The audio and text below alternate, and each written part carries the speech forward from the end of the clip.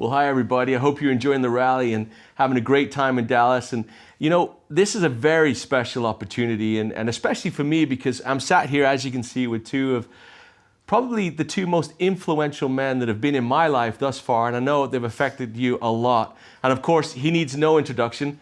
Rex Maughan, the founder and CEO of Forever Living Products, is with us. And of course, the president of Forever Living Products, a great friend of all of ours, Gregg Maughan. And yes, they do share the last name. That's the same. So this is a father and son combination. And Rex, where did it start? Well, I grew up in Soda Springs, Idaho, on a farm. I was riding horses before I walked. I went to my grammar and intermediate schools there in Soda Springs High School, and which was very small.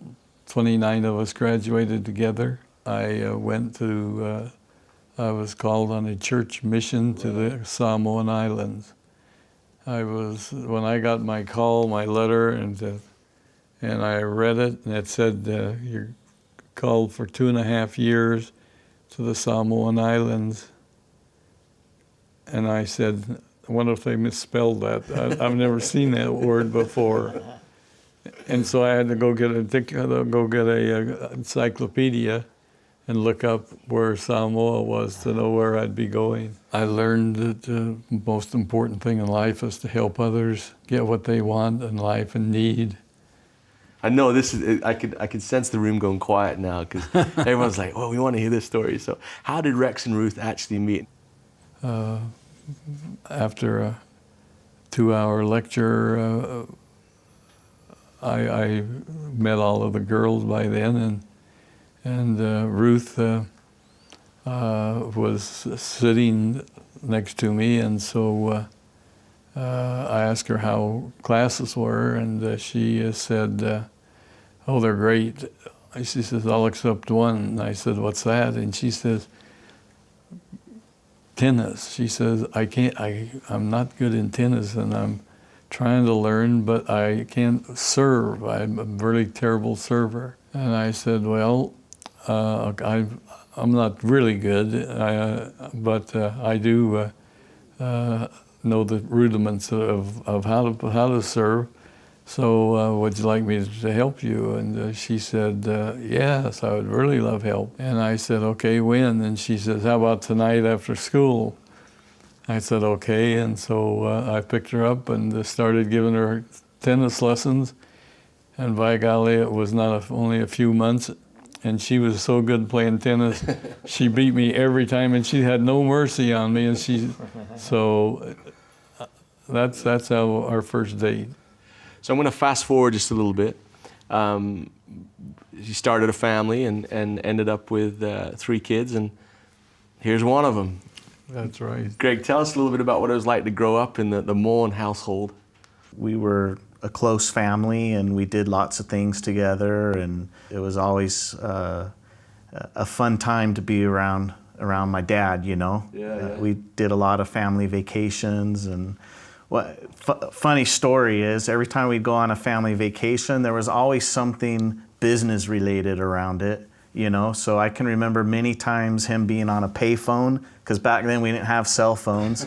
So we'd stop at the nearest payphone, and he would be on it for an hour or more, and we'd be sitting in the car, come on, Dad, it's time to go, right? But he had business to take care of, you know, so we definitely learned responsibility was important, that, you know, you had things that you had to take care of, and, you know, sometimes the fun had to wait a little bit. I liked multi-level because there was an opportunity to help as many people as you could have time to talk to, and if you could train them and teach them and help them get the business started, they could usually always make more money than they were making whatever they were doing at the present time. And so I started looking at the marketing plans of these other companies and said, gee, you know, these are great, and the people that's there are doing good, but I think if they did tweak some of these things and did them differently, that we'd be able to get more people involved and be able to help more people make a better living. And so I started working on the marketing plan.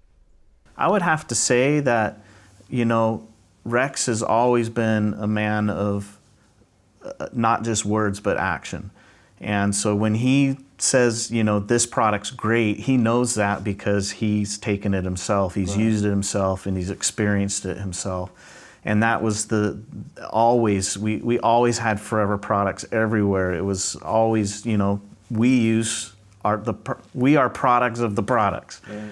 And I think that was really important, especially in the beginning, because that feeling came off genuinely. Well, I just throw in here that the big thing that happened was a very heavy frost hit all of the United States and even Mexico, and all of the aloe vera froze, and I left Christmas Day to go to South Texas, where at that time we was getting most of our aloe from there.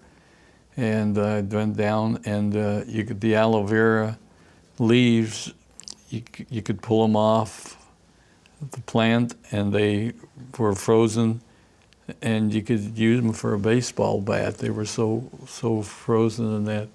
And so, of course, it was everything clear to Central America.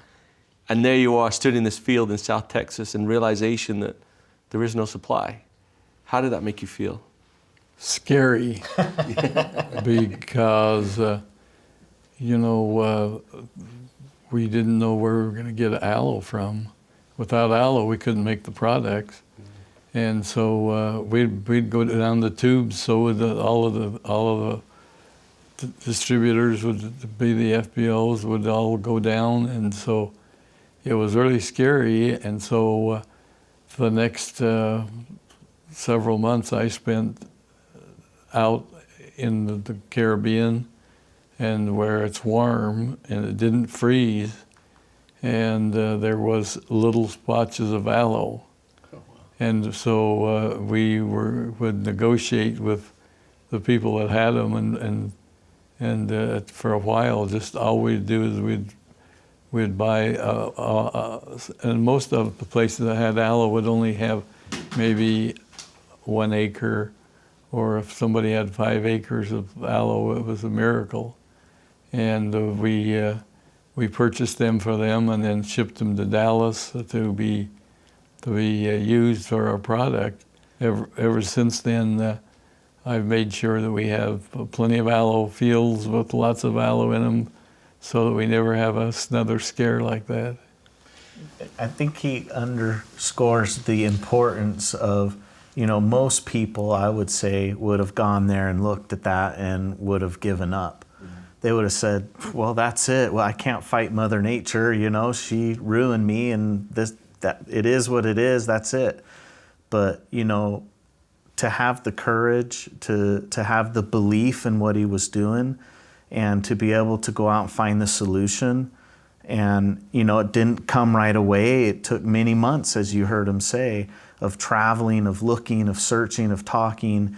But that kind of belief and commitment that he had was something he wasn't going to stop until he found it. Yeah. And really, that event could have been the worst thing that ever happened to Forever, but Rex turned it into being one of the best things that ever happened in Forever. Because of that, we are now the largest grower of aloe vera in the world. We have the largest plantation.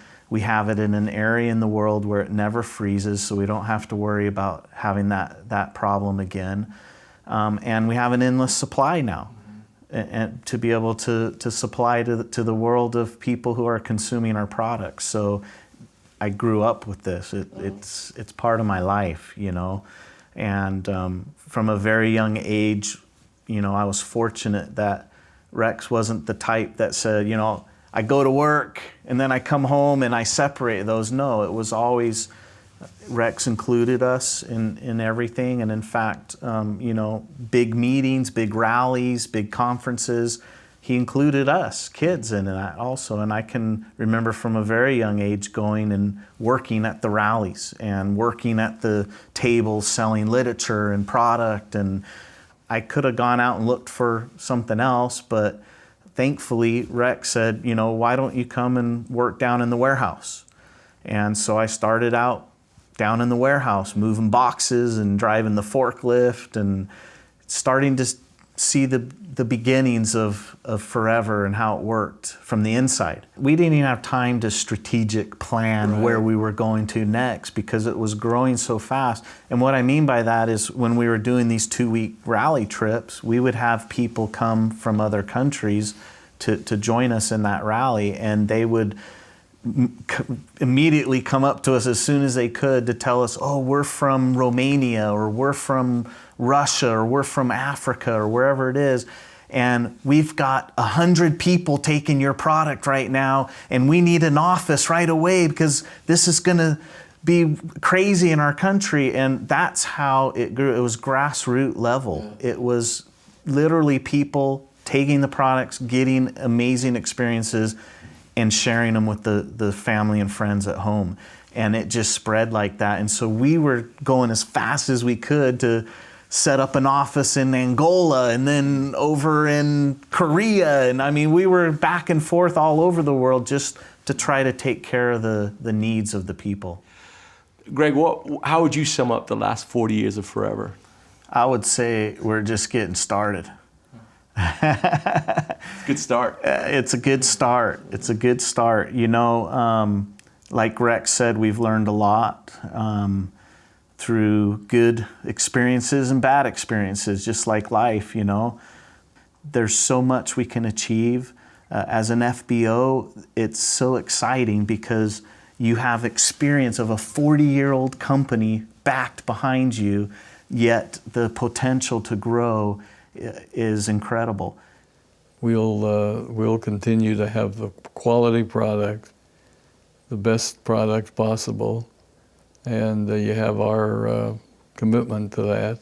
And we want to have opportunities for everybody to be able to be healthier and to be wealthier and to be happier with their families and the opportunities they have through Forever. I feel a sense of responsibility as I close this because I need to probably speak on behalf of the millions of people who'll be watching this and to thank you both for your vision, for your tenacity, for your courage, for your love, for what you've built. On behalf of me and all of the people that are watching this live today in Dallas and those that will watch it further on is thank you. Thank you, Rex, for all that you've done. We're thrilled with the past 40 and we can't wait for the next 40. Greg, we appreciate you and we love you both very much.